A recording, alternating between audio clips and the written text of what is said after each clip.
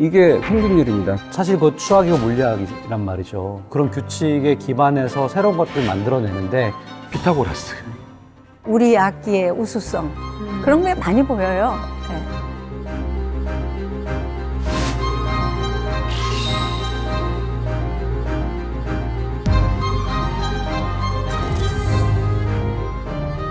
이 문제는 이미 게임이 끝났다고 보고요. 개인적으로는. 그렇게 가기 전까지 그래도 꽤 시간이 저희에게 남아 있습니다. 인간이 할 수 있는 게 있어요. 저는 조금 생각이 다른데요. 그러니까 전체적인 방향은 그렇게 갈 것 같긴 한데 그런데 거기에 인간의 마음과 정서가 없어요.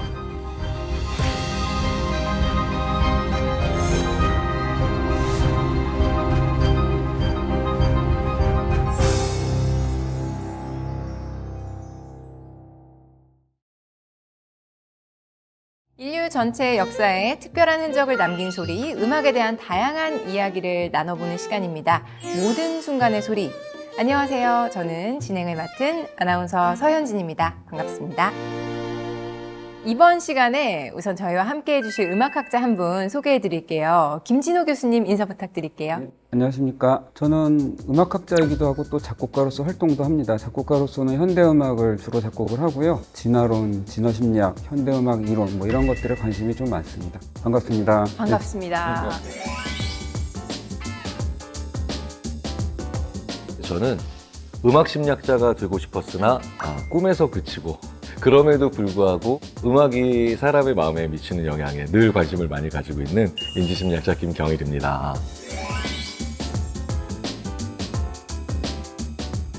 저는 진화학자이면서 과학철학자인데요. 아마 진화학자 중에서는 음반을 낸 최초의 사람이 아닐까 생각이 듭니다. 예, 엔트로피 사랑이라는 음반을 냈고요. 많이 들어주세요. 유튜브 검색 나옵니다. 네, 오늘 음악과 과학에 관련된 그런 얘기들을 좀 진행해 보도록 하겠습니다.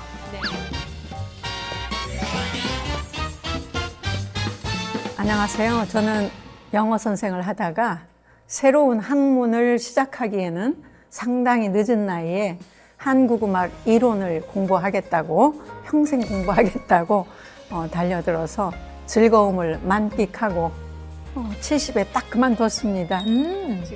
이 자리에 이제 그런 관계로 초대를 받아서 정말 훌륭하신 선생님들을 뵙는 영광스러운 시간이 되고 또 시청자분들과 인사할 수 있는 그런 좋은 시간을 갖게 되었습니다.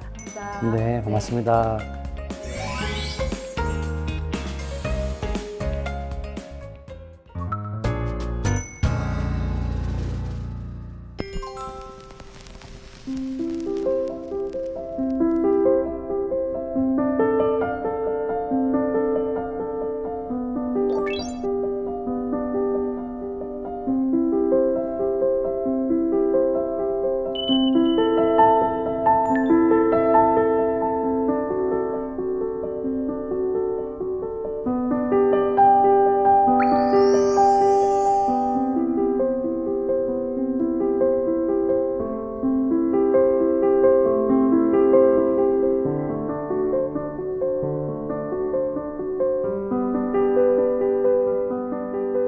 방금 들으신 곡은요, 바흐의 평균율 클라비어 곡집 제1권 중 프렐류드 1번 C장조였습니다.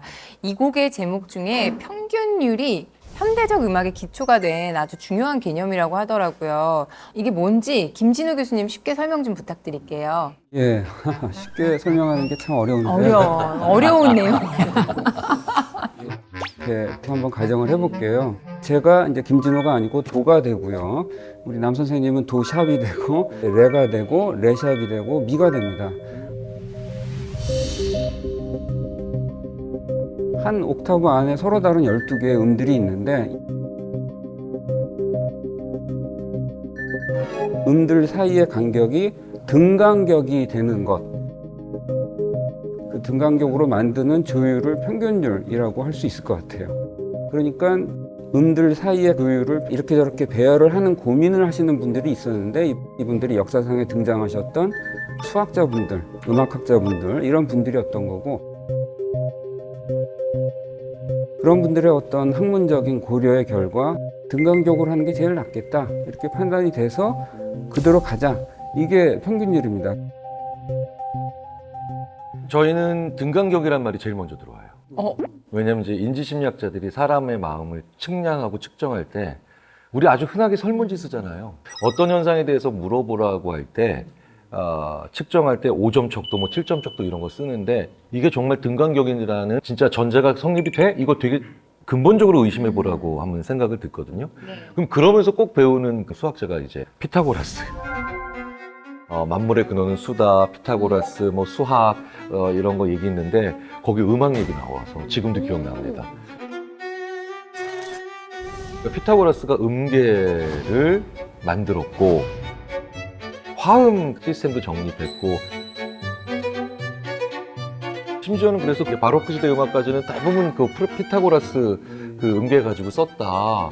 그러니까 피타고라스 같은 왜 옛날에는 전부 다 하나를 하는 게 아니라 다 잘했지? 막 이런 생각이 들기도 하는데 저는 그것도 좀 궁금하더라고요. 서양이랑 달리 오음계를 사용하는 우리나라 국악에도 평균율이 있나? 뭐 이런 것도 궁금하고요.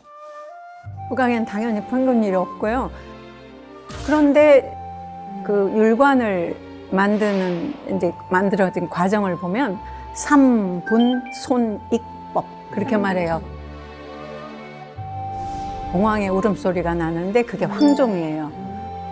그래서 이제 그걸 기준으로 거기서 이제 3분의 1을 빼면 손이라고 그래요.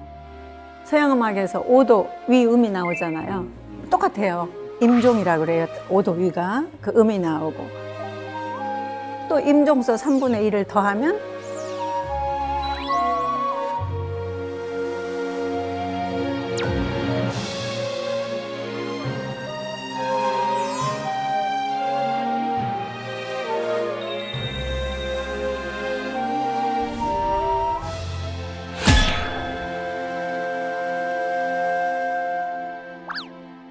그런데 주제역 연구가 있어요. 네. 그래서 그걸 보니까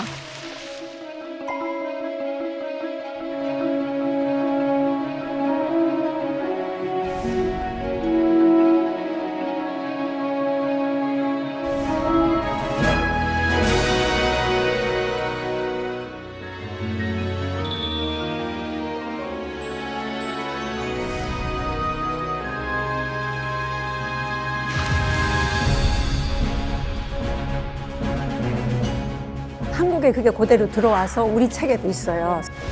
정조 때 그 책을 이제 국가적인 차원에서 낸 책이 시악 화성이에요. 그럼 중국에 평균율을 썼느냐? 아니요. 왜냐? 그거는 제가 논문에 썼는데 유교의 관점에 가장 중요한 게 전통의 고수예요. 그게 그 이유를 저는 그렇게 생각했단 말이죠. 전통의 고수. 그런 게 많이 보여요. 네. 사실 저는 그냥 음악으로만 듣다가 이런 게 숨어 있을 거라고는 상상도 못 했거든요. 저를 비롯한 대부분의 많은 분들이 그러실 거고. 이렇게 음악을 수학적으로 체계화한 게 좀 발전의 원동력이 되었을까요? 근데 우리는 보면은 지금 여기 스태프들 많이 와 계신데 막 숫자로 나누고 빼고 막 이렇게 몸이 좀 배에 꼬이고 막 약간 막 설명. 저는 학부에 기계공학을 했는데 네. 기계공학 중에서 한 분야가 음향학이라는 게 있어요. 사실 그 수학이고 물리학이란 말이죠. 그래서 참 깊이 들어가면 정말 그런 규칙이 있고 그런 규칙에 기반해서 새로운 것들을 만들어내는데 그렇게 해야지 음악이 어떻게 더 정교해지고 발전했는지를 또 이해할 수 있는 부분이 있는 것 같아요. 네. 정말 음악이 수학이나 뭐 과학과 굉장히 밀접하게 이렇게 붙어 있다는 걸 저는 오늘 이 방송을 진행하면서 알게 되는데 그렇다면 악기를 보면요. 악기는 과학기술 그 자체가 아닌가라는 생각이 듭니다.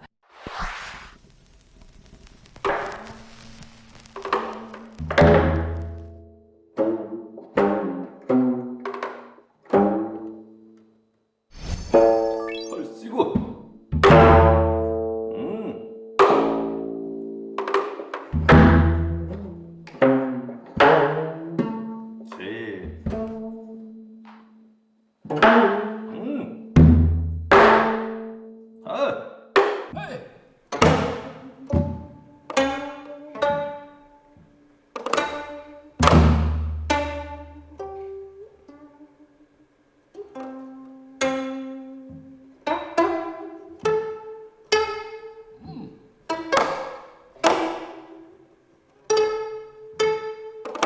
우리 전통 현악기가 얼마나 과학적인지 현대 과학으로 실제 검증되기도 했다고 해요. 어떤 이야기인가요? 최근에 서울대 그 뉴미디어 통신 공동연구소에서 클라드니 도형 실험을 했어요. 네.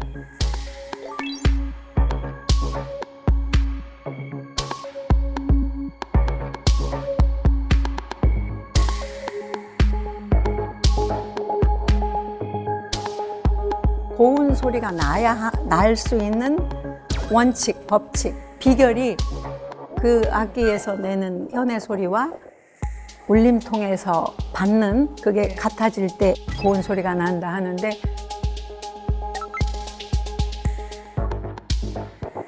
그런데 그 현에 내지 않는 다른 해리스의 소리가 날 때는 전혀 안 움직여요. 그러면서 우리 악기의 우수성, 우리 가야금이 그렇게 했죠. 그런데 가야금, 검은고 둘 다 몸체가 모양이 같잖아요. 그래서 위가 둥근 것은 하늘을 본뜬 것이고 밑이 평평한 것은 땅을 본뜬 것이다. 천지죠. 가야금이 12줄인 것은 1년 12달을 본뜬 것이다. 그리고 검은고의 길이가 3척 6촌 6푼인 것은 1년 366일을 본뜬 것이고, 그러니까 거기에 음양, 오행 이런 철학이 악기 하나하나 담겨 있어요. 그런데 예를 들어서 바이올린 만들 때 뭐 그렇게 해서 만드나 그런 게 궁금해요. 우리 악기에는 다 그게 있어요. 일단 악기의 사회적 위치가 다르기 때문에 아마 말씀하신 그러한 어떤 이념적인 부분이 서양 악기에는 그렇게 반영되지 않았다라고 저는 추측을 하는데, 서양이라는 그 문명은 과학기술혁명을 경험한 사회이고 또 자본주의를 경험한 사회이기 때문에 자연 선택 비슷하게 이 사회에서 선택이 된 악기는 살아남고 선택이 되지 않은 악기들은 이제 사장이 되는 거죠. 그러다 보니까 이제 우리가 알고 있는 바이올린, 피아노 이런 악기들의 역사가 수백 년밖에 안 되는 거고요.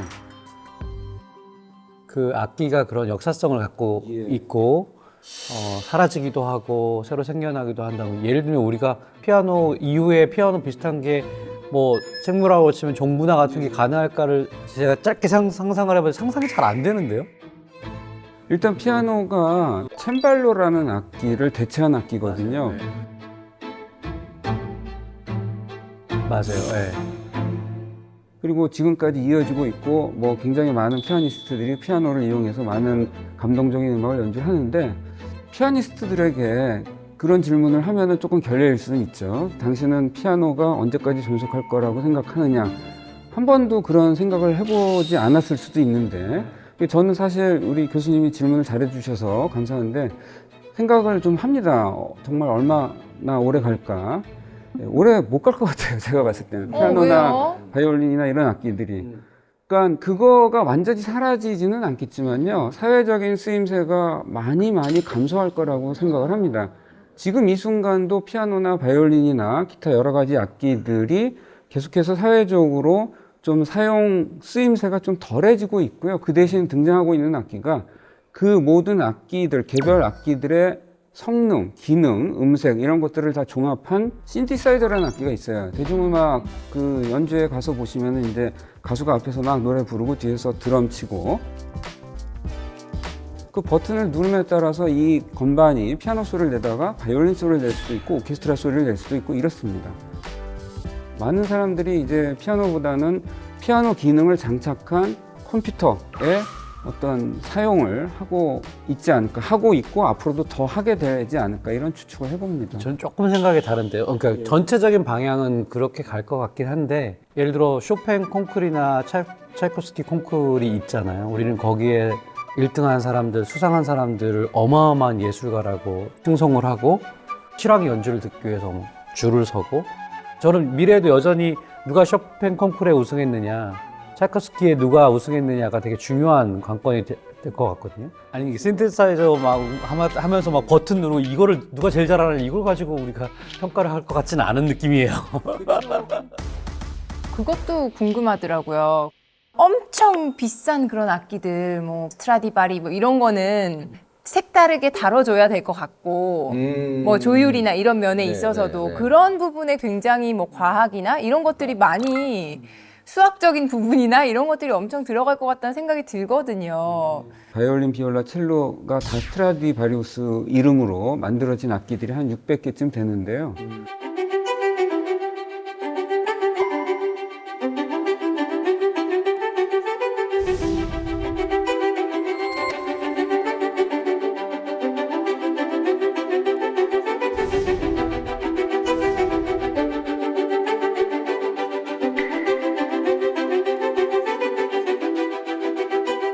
그 악기들이 지금 한 300~400년쯤 된 거란 말이에요. 근데 그렇게 세월이 지나는데도 여전히 소리가 최상이란 말이에요. 그 이유가 뭐냐? 이제 과학자들이 연구를 하고 있는데 제가 알기로는 아직까지 그 비밀을 찾아내지는 못한 것 같아요.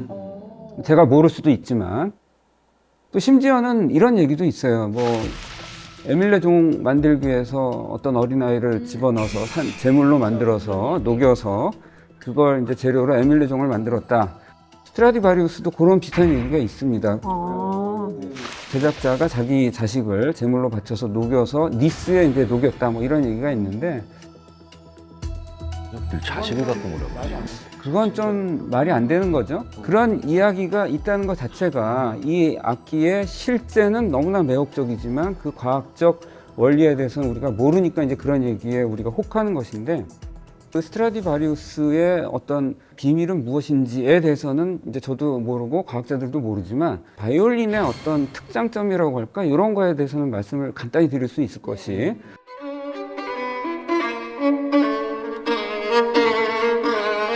이 작은 바이올린을 이렇게 연주를 하는데 굉장히 큰 강당에 저 뒤에 있는 뒤에 계시는 분한테까지 제 소리가 들린다라는 거죠. 바이올린의 몸통에 이렇게 보면은 구멍이 뚫려 있고 그 안에 이렇게 볼 수가 있습니다. 그 공간, 비어있는 공간이 현의 최초의 진동 에너지를 증폭시켜주는 공명체의 역할을 하거든요. 바이올린은 조그만 악기인데도 불구하고 저 멀리까지 소리를 보낸다. 왜 그러느냐? 뛰어난 공명체를 바이올린이 가지고 있기 때문이다. 이런 부분들은 우리가 객관적인 사실이니까 좀 알아둘 필요는 있겠죠. 그 원리를 알아서 스트라디바리우스가 설계를 한 걸까요? 아니면 정말 하다 보니까 이렇게도 해보고 저렇게도 해보고 이렇게도 해보니까 뭔가 옵티멀한 최적의 그걸 발견했을까요? 기본적인 지식은 가지고 있었을 것이고요. 그 기본적인 그의 지식이 방정식으로 표현될 만한 어떤 수학적인 수준은 아니었을 것 같고요. 이제 장인의 어떤 감이었겠죠. 그죠.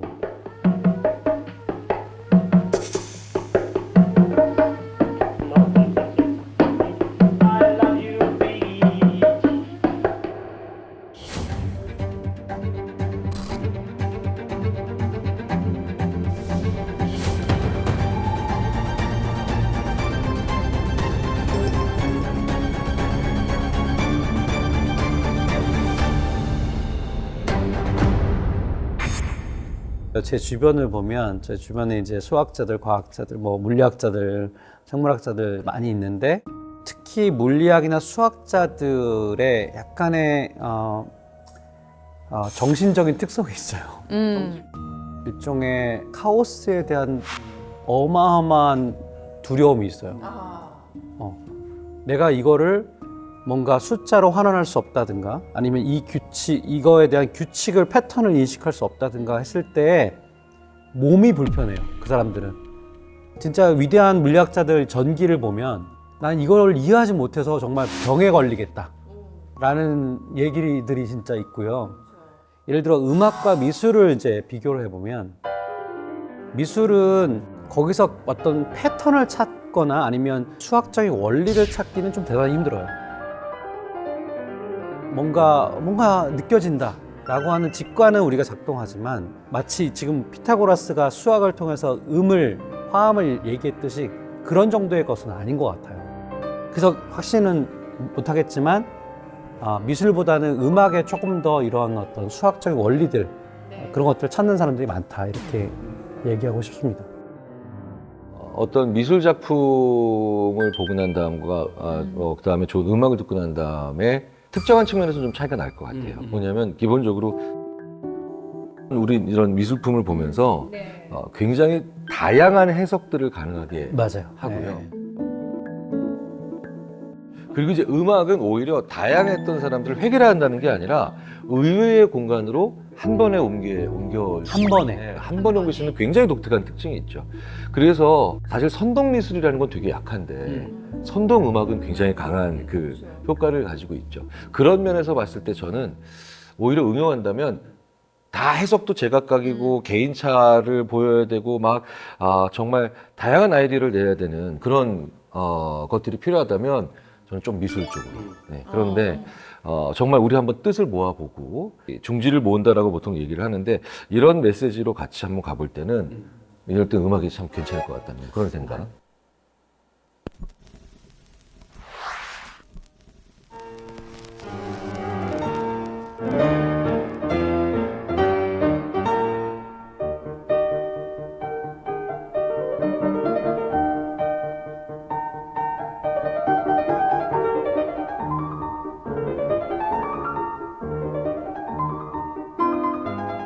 모차르트 음악을 들으면 똑똑해진다는 그 모차르트 이펙트가 한때 부모님들 사이에서 선풍적인 인기였습니다. 사실 저도 그래서 열심히 저희 애기 낳았을 때 많이 들려줬거든요. 음악을 듣기만 해도 좀 이렇게 지능이 높아지고 똑똑해질 수 있을까요? 그 연구 성과로 나오긴 했지만 사실 이 연구가 나온 다음에 엄청난 비판을 받았어요. 왜냐하면 우리가 항상 실험할 때는 실험군 대조군이 있어야 되는데 이 대조군이 충분하지 않고 이 음악을 들었더니 이렇게 좋아졌다. 그러면 다른 걸 들으면 바뀌는가라고 하는 걸 같이 연구를 해야지 이게 과학적인 연구가 되는데 그건 또 아닌 것이죠. 그래서 왜 그런 담론이 나왔는가를 생각해 보면 조금 이해는 돼요. 왜냐하면 모차르트가 신동이잖아요. 그 모차르트라고 하는 그 사람이 그걸 대표하는 사람이고 또 음악도 사실 경쾌하고 좋고 뭔가 효과가 있는 것처럼 보이니까 아마 이런 식의 스토리가 만들어진 게 아닌가 이런 생각이 들고요. 사실 지능의 상당 부분을 우리가 기억력으로 대변하거든요. 음악이라고 하는 매개체를 통해서 기억력을 상승시킬 수 있다는 건 뭐 아주 잘 관찰이 되고 있고요. 저희들이 보통 이렇게 얘기를 합니다. 저 기억 잘하고 싶으면 어떻게 해요? 그럼 저희가 이제 인지심리학자들이 멀티모달에 루틴 얹으면 죽을 때까지 안 까먹습니다. 야, 그 설명이 필요한 것 같아요. 우리가 독서하지 않고 낭독하면 더 기억이 잘 나는 게 눈으로는 보고 있지만 내가 말하면서 내 귀가 듣고 있잖아요. 음악이 멀티모달이잖아요. 언어적 가사에 기본적으로 음악에 선율이 들어가 있으니까. 그런데 이제 거기다 하나 더 얹으면 이제 피부 감각까지 들어가거든요. 그게 뭐냐면 제대한 지 30년이 아니라 60년이 지나도 까먹지 않는 10대 군가입니다. 왜냐면 진짜로 이게 다 구보하면서 박수 치면서 노래하거든요. 그러니까 모든 신체를 다 사용해서 가장 강력한 멀티모달이 한국 남자들에게 전신을 다 사용해야 되는군요. 10대 군가죠. 그게 군가가 엄청나게 뭐 좋아하실 수도 있겠지만 그런 걸 쓰거든요. 저는 제가 옛날에 영어를 가르칠 때 반드시 소리 내서 읽으면서 손으로 쓰면서 그게 그러면 멀티모달입니다. 네 개가 네. 하는 거예요. 굉장히 빨라요. 네. 이제 거기다가 약간 리듬적 패턴. 이제 이게 뇌는 그걸 루틴이라고 생각하는 겁니다. 루틴은 습관이죠. 습관 안 없어지거든요. 그러니까 멀티모달의 루틴한 측면으로 뇌가 인식하게 만들어주는 리듬까지 잘 얹어진 음악이 들어가면 죽을 때까지 안 까먹는다는 얘기 할 수 있는데 근데 이게 바로 후크송이에요. 지독히도 오래가고 우리 입에서 계속 산출까지 되니까. 그래서 히트송을 만들려면 억지로라도 제가 듣기에는 억지로인데 막 이런 그 후크 부분을 만들더라고요. 요즘 아파트가 근데 그 아파트를 수능을 보는 고3이 그걸 듣기 시작한다고 사실 정말 어떡하지? 대책 없어요. 벌써부터 막 걱정이 돼요. 근데 이게 한번 들어가면 계속해서 뭔가 우리에게 계속 모방되는 사실은 그게 밈이라고 얘기합니다. 우리가 좋아하는 리듬들이 있잖아요. 그런 것들을 타고 계속 그게 반복되는 한번 들어가면 계속 머릿속에서 뇌에서 리허설 되기 때문에 그래서 잘못하면은 망할 수가 있습니다. 혹시나 이 영상을 보시는 학생들이 계시다면. 자, 서양의 클래식이나 우리 국악 중에도 중독성 강한 그런 음악들이 있을까요? 제가 풍류 인간 문화 재는 아니고 이수자인데 오래 했어요. 그런데 풍류 한바탕이 15곡으로 돼 있어요. 15곡 중에 뒷부분에 환입이라는 도들이라는 환입이 있는데 그 양청 환입이라는 게 옛날 어른들 악보를 보면 이름이 글, 개, 도들이 그렇게 써 있어요. 대남남남 망망 임남 중중 대중 대임 이런 식으로 해가지고 계속 술대를 긁어요. 그래서 글개도인데 그런 것은 좀 이런 성격이 있지 않나. 서양 음악은 어떤가요? 서양 음악에는 후크송이라고 할 만한 게 없죠. 그래서 서양 음악은 많이 들으시면 좋습니다. 농담 반, 진담 반인 거고, 후크송의 특징은 이제 반복이 계속 있는 거죠. 짧은 어떤 음악적 부분이 계속해서 반복이 된다라는 건데, 그런 식으로 음악이 작곡된 곡들이 없지 않습니다. 클래식에서도요. 20세기 이후에 이제 와서 생긴 건데, 대표적으로 이제 미니멀리즘이라는 그 현대 음악 사조가 있습니다. 그래서 어떤 짧은 선율일 수도 있고, 어떤 화음일 수도 있고, 리듬일 수도 있는데, 그 중에 하나 보면은 아르보 페르트라는 작곡가가 있는데 거울 속의 거울이라는 음악이 있습니다. 슈피겔 임 슈피겔 해갖고서 그 음악에서는 이제 피아니스트가 처음부터 끝까지 고치지도 않고 이제 계속해서 이제 같은 리듬으로 이제 연주를 합니다. 그 이전까지 현대 음악하면 굉장히 누가 더 복잡하게 음악을 작곡을 더 잘할까 이런 승부를 걸어왔다면은 이 미니멀리즘의 미학에 와서는 그런 거 다 이제 버려버리고 누가 더 쉽게 최소한의 요소를 가지고도 사람들을 감동시킬까 이런 고민을 이제 하게 되고 그러니까 그 음악 같은 경우에는 이제 좋은 의미의 후크송일 수도 있을 것 같아요. 예, 그래서 후크송이 반드시 나쁜 것만은 아닌 것 같아 이런 생각이 들고요. 대위법 같은 것도 약간 반복이 되면서 변주를 하는 거니까 대위법은 이제 결과적으로 반복되는 것으로 듣게 되는 것인데 대위법의 키워드는 반복은 아니고요. 예, 서로 독자성을 가진 복수의 선율들이 서로 어우러지면서 조화를 만들어내는 그런 음악을 만들어내는 기술, 음악의 정신 이런 게 이제 대위법입니다.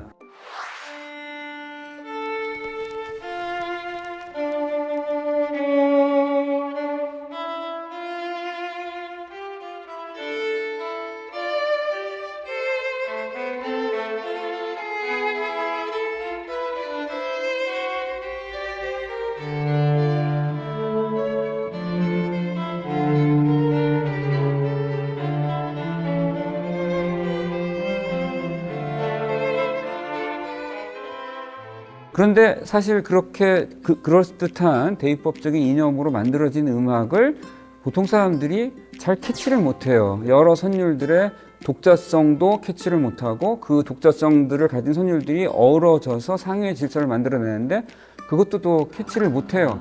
남는 게 뭔가 똑같은 리듬으로 계속 반복이 된다라고 이제 사람들이 생각을 하시는 것 같아요. 근데 꽤 많은 사람들이 대위법을 반복 패턴이라고 이해하고 있어요, 진짜. 예, 잘못 이해하고 있는 거네요, 진짜. 네네.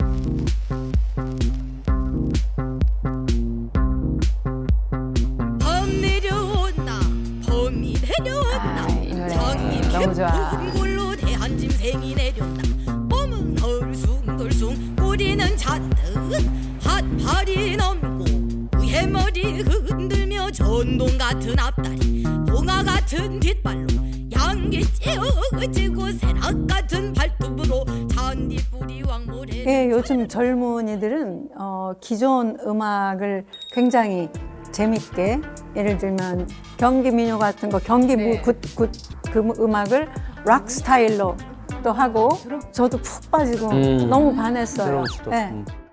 그러니까 옛날 어른들이 들었으면 음악 망해 먹는다고 걱정하셨을 아주 좋아요. 그래서 저는 박수 쳐주고 싶어요. 네. 예, 저도 저 음악 되게 좋아하고요. 처음 들었을 때 충격을 먹었습니다. 그리고 놀랍다, 이거 천재다, 이거 만든 사람이. 그런 생각을 많이 했었었는데, 일단 융합이라는 것이죠. 예, 이 융합은 지금 시대의 어떤 키워드일 수 있을 것 같아요. 그 융합이 말하자면 창의성의 어떤 동력일 수 있을 것 같은데, 그 융합이라는 것도 사실을 융합을 제대로 하려면은 융합이 되는 대상 2개 혹은 3개 정도를 우리가 공부를 해야 되거든요. 그래서 국악적인 요소들이 서양 음악과 결합을 한다든지 해서 세상 사람들에게 강력한 어필을 할 수가 있을 어떤 융합적인 문화 상품이 될 수 있지 않을까 생각을 해봅니다. 이렇게 말씀을 들어보니까 정말 이제 우리가 준비가 되었다. 이런 변화를 받아들일 준비와 문화적 저변, 이 또 기술도 발전을 했기 때문에 그 모든 게 다 이제 맞아 떨어졌다는 생각이 드는데 가장 중요한 변곡점은 뭐였을까요, 교수님? 저는 일단은 녹음 기술이라는 게 어마어마한 기술, 변곡점을 만들었다고 생각해요. 왜냐하면 음악이라는 건 항상 음악 연주자의 현장에 가야지만 실시간으로 들을 수 있는 것이었는데 녹음을 해서 테이프로 만들어서 혹은 레코드로 만들어서 할 수도 있지만 또 나중에는 그거를 디지털화해서 음원이 되고 이제는 음원조차도 지금 갖고 다니지 않고 인터넷에 연결돼서 스트리밍으로 듣고 스트리밍하죠. 그러니까 이 일련의 과정이 그러니까 어떤 혁명인가를 생각해 보면 결국에는 복제 혁명이잖아요. 일회성으로 들을 수 있는 거를 시공간에 제약을 받지 않고 전달할 수 있는가라고 하는 그 기술이 나왔기 때문에 이건 정말 어마어마한 천지개혁 같은 음악의 세계에서는 그런 일이 벌어지지 않았을까 그렇게 생각이 듭니다.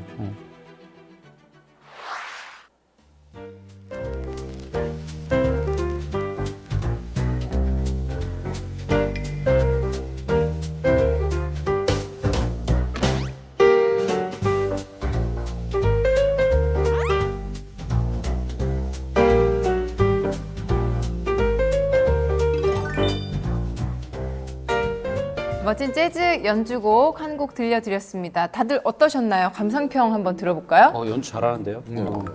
너무 경쾌하고 막 아주 능숙하고 뛰어난 연주자가 연주한 거. 사람을 기분 좋게 만들어주는 방금 들으신 곡은 여러분 AI가 작곡한 재즈 연주곡이었습니다. 불길한 예감이 틀리지도 않는. 그럴 줄 알았어. 그럴 줄 알았어, 진짜. AI 시대에 이제 뭐 끝까지 사라지지 않을 것들 뭐 얘기하면 항상 나오는 게 사라지지 않는다의 그 예술가들. 그건 아닌 것 그건 것 같습니다. 아닌가요? 예. 그 사실은 음악하고 특히 미술 이런 쪽에서 타격이 좀 클 것 같아요. 인공지능이 음악을 작곡을 하거든요. 내가 이제 다른 어떤 세탁하는 일로부터 해방되고 나는 이제 음악을 하고 미술을 하고 싶은 세상에 살고 싶은데 내가 세탁을 하게 하고 인공지능이 작곡을 하고 연주를 하고 그림을 그리는 세상이 왔다. 이런 얘기를 하는 사람들이 있어요. 근데 실제로 그런 불평이 의미가 있을 정도로 우리 사회가 그렇게 가고는 있는 것 같습니다. 저는 기본적으로 생성형 AI의 이 놀라운 시대가 뭘 얘기하는 거냐면 우리가 인간의 창의성과 기계의 창의성을 과연 구분해야 될까? 과연 인간의 창의성이 어떤 면에서 정말 독특하고 뛰어난가라고 하는 이 질문에 대해서 조금 많이 고민해 봐야 될 거라고 생각해요. 창의성이라는 게 우리 여기 전문가 계시지만 사실 어떻게 보면 대단한 건 아닐 수 있거든요. 창의성을 신비롭게만 생각할 필요는 없다는 거예요. 그렇다면 그 얘기는 우리가 알고리즘적으로 그걸 구현할 수 있다는 얘기예요. 그러면 고의 그림들을 다 학습하고 이 풍경을 보고 그린다면 고는 어떻게 그릴까? 라고 하면 고풍으로 그릴 수 있고요. 실제로 그런 전시가 있었고요.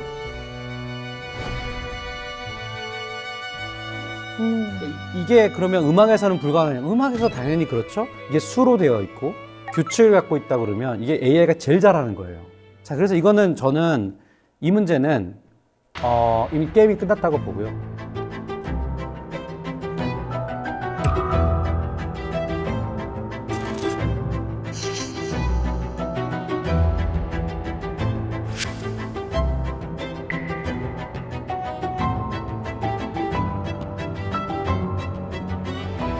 이제 그러면 어떻게 할 건데? 그러면 진짜 그럼 작곡가들 다 사라지고 뭐 연주자들 사라질 것이냐? 근데 제가 그런 고민을 해봤어요. 그렇다면 음악도 마찬가지일 텐데 음악은 우리에게 뭐가 남는 것일까? 저는 음악적 행위만 남는 것 같아요. 그냥 한마디로 우리 음악적 DIY만 남을 것이다. 50대 중년이 되면 남성들은 특히 DIY 한번 꼭 해보고 싶거든요. 뭐 누구 줄 사람도 없지만 뭐 이렇게 만들어 보고 싶고. 근데 그거 자체, 행위 자체가 즐거움이거든요. 그렇죠. 이걸 진짜 실용적으로 쓸 그런 용도가 아니고 이걸 내가 만들어 봤어. 만들어서 내가 나중에 혹시 손녀가 나오면 이걸 줄 거야. 뭐 이런 거거든요. 제가 얼마 전에 칼국수 먹으러 갔는데 친구가 여기 좀 비싸다고. 근데 제가 딱 보고 볼쓸만 하네. 제가 뭐라 그랬냐면 손칼국수. 손칼국수. 사람이 뽑은 거. 그러니까 이게 뭐냐면 사실 저는 이런 생각을 합니다. 그러니까 AI가 한 것도 예술로 인정하고 대신 사람이 한 예술은 좀 더 특별하게 인정하는 시대가 오지 않을까? 귀걸이를 샀다. 이거 사람이 만든 거야. 핸드메이드. 뭐 이렇게 네, 사람 손으로 우린 이미 만든 꽤 많은 분야에서 그렇게 하고 있잖아요. 그렇게 된다. 활자 처음 나왔을 때 버려져야 되는 고집이 뭐였냐면 이거 내 책이야. 우리 작가들이 내 책이야 합니다. 네. 그러면 사람들이 웃기네 네 책 아니네. 왜 그런지 아세요? 활자를 인쇄됐기 때문에. 그러니까 네가 직접 쓴 게 아니고 네 머릿속에서 나오기만 했다고 어떻게 네 책이야. 너의 작품 아니야. 이런 그 굉장히 구시대적 발상이죠. 지금 기준으로서는 너무 말이 안 되네요. 근데 만약에 한강 작가의 친필 원고입니다. 어마어마할걸요? 네, 어마어마할걸요? 그러니까 과거에 오히려 고집됐던 생각들이 오히려 지금은 특별한 가치도 될 수 있고, 그리고 인간이 하는 예술과 AI가 하는 예술이 훨씬 더 공존될 수도 있고, 오히려 인간은 분명히 인간이 한 것에 대한 특별한 가치를 부여하는 건 있을 것 같아요. 네, 네. AI가 맞아면 정말로 좋은 곡들을 다 학습하고 분석하고 해서 정말로 멋진 곡을 만들었단 말이에요. 그런데 거기에 인간의 마음과 정서가 없어요. 김진호 선생님 책을 조금 읽었는데 교수님께서 정말로 간곡하게 그 독자들에게 말씀하신 것이 작곡가의 마음을 이해해 달라였어요.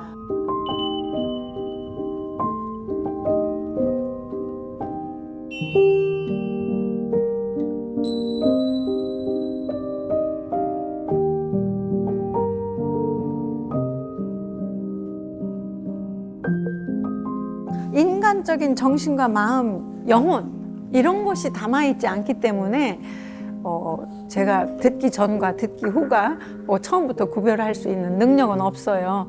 그런데 알고 나면 딱 달라질 것 같은 생각이 들어요. 그리고 정말 교수님 생각을 듣고 싶어요. 예, 제 책을 졸저를 읽어주셔서 감사한데요. 사실 컴퓨터가 인공지능이 작곡을 꽤 오래전에 했습니다. 1950년대 중반부터 1900년대 끝까지 굉장히 많은 컴퓨터에 의한 작곡 혹은 인공지능에 의한 작곡이 있었습니다. 근데 별로 효과가 없었어요. 1990년대에 이를테면 모차르트 스타일의 소나티네를 작곡해내는 컴퓨터 인공지능 프로그램이 있었었고, 바흐 스타일의 칸타타를 작곡해내는 인공지능 프로그램이 있었습니다.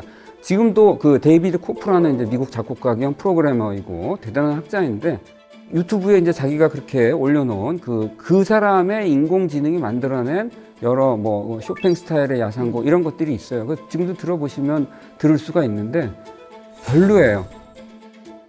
그런 상황에서 참 안타까운 게 있는 것이, 사실 우리 인간 작곡가가 어떻게 그렇게 위대한 음악을 작곡하는가에 대해서 인간들이 몰라요. 일단 아까 우리 장 교수님께서 말씀하신 그 DIY만 남았다 이렇게 말씀하셨는데, 궁극적으로는 그렇게 될 거라고 저도 동의를 하는데, 그렇게 가기 전까지 그래도 꽤 시간이 저희에게 남아 있습니다. 그리고 그 충분하게 남아있는 시기 동안에 인간이 할 수 있는 게 있어요. 그게 뭐냐면은, 음악이라는 걸 사람들은 아무 개념 없이 플랜 없이 자유롭게 생각해내서 자기도 모르는, 작곡가 자신도 모르는 어떤 영감의 소산으로 나오고, 그거 어떻게 만들었어? 나 몰라. 나 천재야. 그러다 보니까는 사람들이 음악가에게 선망을 좀 하고, 음악은 굉장히 신비로운 것이다 이렇게 생각하는 경향이 있는 것 같은데, 결국은 따져고 보면 말씀하신 것처럼 그 안에 어떤 원리들이 다 있거든요. 그게 수학적으로 표현될 수도 있고 또 어떤 지금 당장의 수학적인 표현으로는 불가하겠지만 모종의 어떤 복잡한 생각이 깔려서 그것 때문에 음악을 작곡가가 한 것인데 이 이야기가 함축하는 바가 뭐냐면요. 음악의 발전이라는 것이 선형적이지가 않다는 겁니다. 중간에 이렇게 가다가 도약이 있고 도약이 있습니다. 도약을 가능하게 하는 것이 새로운 개념이라는 것이에요. 그 음악조차 새로운 개념이 작동을 해서 새로운 종류의 음악이 나오는 것인데 컴퓨터, 특히 인공지능이 음악을 지금 작곡을 한다? 기존 개념의 사례로서의 수많은 음악을 학습한 컴퓨터는 그 개념에 맞는 음악을 잘 만들어낼 수가 있을 거예요. 방금 전에 들으신 그 재즈 음악은 재즈의 전형적인 개념이 잘 구현된 음악인 것 같아요. 그런 개념 작용을 지금까지는 인간이 할 수 있다고 저는 생각을 하고, 물론 인공지능도 지금은 이제 약한 인공지능인데 앞으로 강한 인공지능이 등장을 하겠죠. 우리 뇌를 연구를 하시는 분들이 많이 있지만 뇌의 많은 부분이 여전히 블랙박스잖아요. 그러니까 뇌도 지금 모르고 있는데 더 강력한 인공지능 뇌가 만들어져 갖고서 뭔가를 막 만들어내는데 인공지능 뇌 속에서 뭐가 지금 무슨 작용이 있는지 또 모릅니다. 그러니까 그 모르는 걸 우리가 알아야 될 필요는 있고 그 점에 있어서 과학자들이 할 일은 있다고는 생각이 들죠. 어쨌든 저는 그냥 결과물로 봤을 때 우리가 이게 정말 아주 뛰어난 인간이 예술가가 만든 것이냐 아닌가를 구분하기 어려운 지경에 와 있다. 그러면 우리가 그럼 예술을 포기할 건 아니잖아요. 우리가 늘 향유하고 늘 가까이 있는 거지만 예술을 기계에 넘겨줬을 때 결과의 품질 면에서 우리가 정말 본질적으로 자괴감에 빠지는 일인가? 본질이 정말 흔들리는 일인가 생각해보면 꼭 그런 것 같지는 않아요. 가령 우리가 누구를 공감하고 어떤 감정을 느끼고 하는 건 되게 인간적인 행위라고 하잖아요. 그 부분에 AI와 로봇이 정말 우리보다 더 뛰어나면 이건 큰 문제입니다. 그건 관계가 흔들리는 거예요. 근데 예술이 들어왔다고 문학이 조금 더 AI가 더 잘 맞는다고 해서 우리 관계가 흔들리지는 않아요. 이건 조금 다른 차원이라고 생각이 들거든요. 그래서 저는 여전히 줄기차게 우리 진이 앞으로 이 예술을 즐기는 행위밖에 남지 않았다. 이렇게 생각이 듭니다. 미래에 내가 암이 걸릴까 안 걸릴까를 생각해보고 고민도 해보고 자꾸 이러면서 아니야 그렇게 암이 내 생각에는 암이 이런 식으로 얘기를 했던 분은 나중에 암이 걸리고 난 다음에 생활을 바꾸더래요. 그런데 한 번도 그런 얘기 안 했던 사람은 암에 걸리면 그래 내가 암 걸릴 줄 알았어 라고 생각하면서 그냥 팔자론을 생각하고 산대요. 그러니까 이게 무슨 얘기냐면 우리 인간이 끊임없이 미래에 대해서 맞던 틀리던 계속해서 이런 대화를 하게 되면 이후에 우리가 예상한 결과 또 어떤 분이 예상하지 못한 결과 이런 것들이 있을 때 우리가 결국은 무엇이 틀렸고 무엇이 맞았는지에 대한 가치 체계를 가질 수 있게 되기 때문에 우리는 또 결국 또 준비를 할 수 있게 되거든요. 그러니까 이제 호모 프로스펙투스라고 이제 우리가 보통 표현하죠. 그러니까 인간이 왜 인간일까? 끊임없이 우리는 전망하고 틀려도 미래에 대해서 생각해보고 논의한다. 그런 면에서 오늘 이 시간 자체가 그래서 각기 다른 의견을 가진 분들이 AI와 관련된 미래와 관련된 음악과 그리고 예술 관련된 얘기를 해보는 것 자체가 나중에 또 굉장히 중요한 우리의 의미가 되지 않을까 싶어요.